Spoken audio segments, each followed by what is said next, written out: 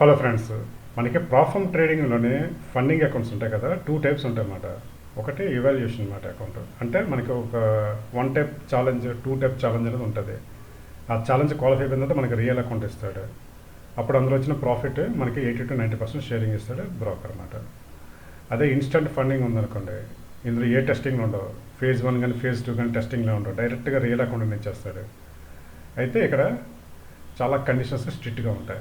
Instant అకౌంట్లోనే loss limit చాలా తక్కువగా ఇస్తాడు అనమాట. ఫర్ ఎగ్జాంపుల్ మీరు $10,000 అకౌంట్ తీసుకున్నారు ఇన్స్టెంట్గానే, ఇది కొన్నప్పుడు కూడా మీకు అప్ ఫ్రంట్ కాస్ట్ అనేది చాలా ఎక్కువగా పడుతుంది అనమాట.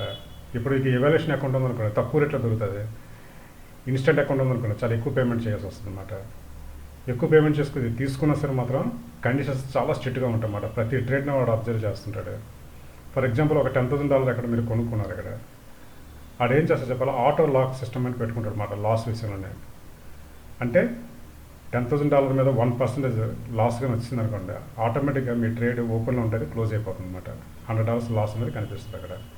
ఆ విధంగా జస్ట్ ఒక 2-3 ట్రేడ్లు మీరు కానీ లాస్ అయిపోయారు అనుకోండి, మీ అకౌంట్ క్యాన్సిల్ అయిపోతుంది. మీరు కట్టిన డబ్బులు కూడా లాస్ అయిపోతారు, ఏ పేమెంట్ రాదు, ఏమీ రాదు, ఫైనల్గా ఫెయిల్ అవ్వాల్సి వస్తుంది అనమాట. ఎందుకంటే ఇందులోనే చాలా రిస్ట్రిక్షన్స్ ఉంటాయి అన్నమాట. అన్ని కండిషన్స్ కూడా చాలా తక్కువ డ్రాడౌన్ ఉంటుంది. ఇంకోటి ఏంటంటే చాలా రిస్ట్రిక్షన్స్ ఉంటాయి అన్నమాట ఇన్స్టెంట్ అకౌంట్లో అనమాట. నా ఉద్దేశం ఏంటంటే ఇది అడ్వైజబుల్ కాదు, కానీ మీ ఇష్టం, అది మీకు కానీ సూటబుల్గా ఉంటే మీరు తీసుకోవాలంటే మీరు తీసుకోవచ్చు అనమాట. ఓకే, అది ఎవాల్యుయేషన్ ఉందనుకోండి, మనకి టూ టైప్ ఛాలెంజ్ మనం ఫేస్ చేస్తాం అనుకోండి, అది మనకి సేఫ్.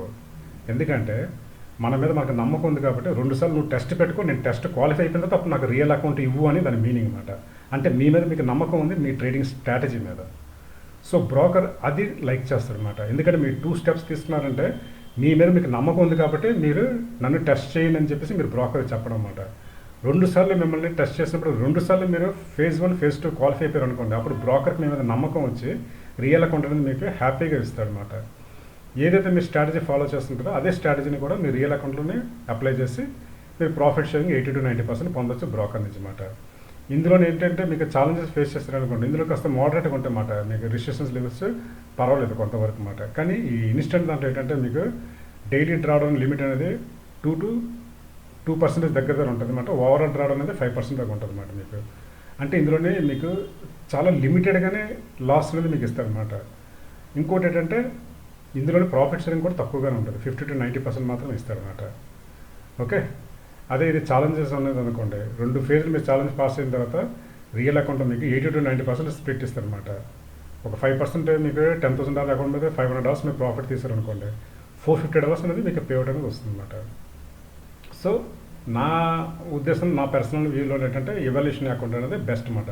అది కూడా 2 స్టెప్స్ అనేది చాలా బెస్ట్ అనమాట. 1 స్టెప్ కాకుండా 2 స్టెప్ అనేది బెస్ట్. ఎందుకంటే మీ మీద మీకు 100% మీ స్ట్రాటజీ మీద, మీ ట్రేడింగ్ ఎబిలిటీ మీద మీకు నమ్మకం ఉంది కాబట్టి 2 టెస్టులకి మీరు అటెండ్ అవుతున్నారు. ఆ రెండింటిలో మీరు కానీ సాధించారని మాత్రం నిజంగా యూఆర్ గ్రేట్ ట్రేడర్ కింద లెక్క అన్నమాట బ్రోకర్ దృష్టిలో. సో మీకు థర్డ్ టైం ఏంటంటే వాడు రియల్ అకౌంట్ ఇస్తాడు, లిబరేట్గా ఉంటాడు అనమాట. హ్యాపీగా అందులో ఏంటంటే మనం మన స్ట్రాటజీని అప్లై చేసుకుని కూల్గా ప్రాఫిట్స్ని షేరింగ్ పొందే అవకాశం ఉంటుంది ఎవాల్యుయేషన్ అకౌంట్స్లో. అది ఇన్స్టెంట్లో మాత్రం చాలా రిస్ట్రిక్షన్స్ ఉంటాయి. ఇంకోటి లాస్ లిమిట్ అనేది చాలా తక్కువగా ఉంటుంది. ఆటోమేటిక్గా ట్రేడ్ క్లోజ్ అయిపోద్ది. ఒక 1% కానీ లాస్లోకి వెళ్ళిందంటే అకౌంట్, అంటే మీరు ఒక లాట్ పెట్టారు యూరోఎస్టీలోనే, $10,000 అకౌంట్లో 1% లాస్ ఉంటే $100. ఆల్ ఆఫ్ సడన్ ఆపోజిట్ డైరెక్షన్లోనే బిగ్ మూవ్ ఇచ్చింది అనుకోండి, మీ లాస్ 100 క్రాస్ అయింది అనుకోండి, వెంటనే ట్రేడ్ ఆటోమేటిక్ క్లోజ్ అయిపోద్ది అంతే. అలాగే ఒక 3-4 ట్రేడ్లు జరిగాయి అనుకోండి, మీ అకౌంటే ల్యాప్స్ అయిపోద్ది. సో ఇన్స్టెంట్ అనేది ఎవరైతే నమ్మకం ఉంది, బాగా చేయగలను, సీరియస్గానైనా డైరెక్ట్గా ఏ టెస్ట్లోనైనా అటెండ్ అవ్వను, డైరెక్ట్గా నాకు క్యాష్ కావాలి, నాకు ఫాస్ట్గా అంత అయిపోవాలనుకుని అలాంటి మైండ్ సెట్ ఉన్న వాళ్ళకి ఇది షూటబుల్. దాని తర్వాత ఏం జరుగుతుందో వాళ్ళకి తెలుస్తుంది అది. ఓకే, రిస్క్ అనేది చదవండి, ఇది అందరికీ షూటబుల్ కాదు. ఏదైనా సరే ప్రాఫామ్ అవ్వాలంటే ట్రేడింగ్ యాక్టివిటీ అనేది హై రిస్క్ అనేది ఉంటుంది.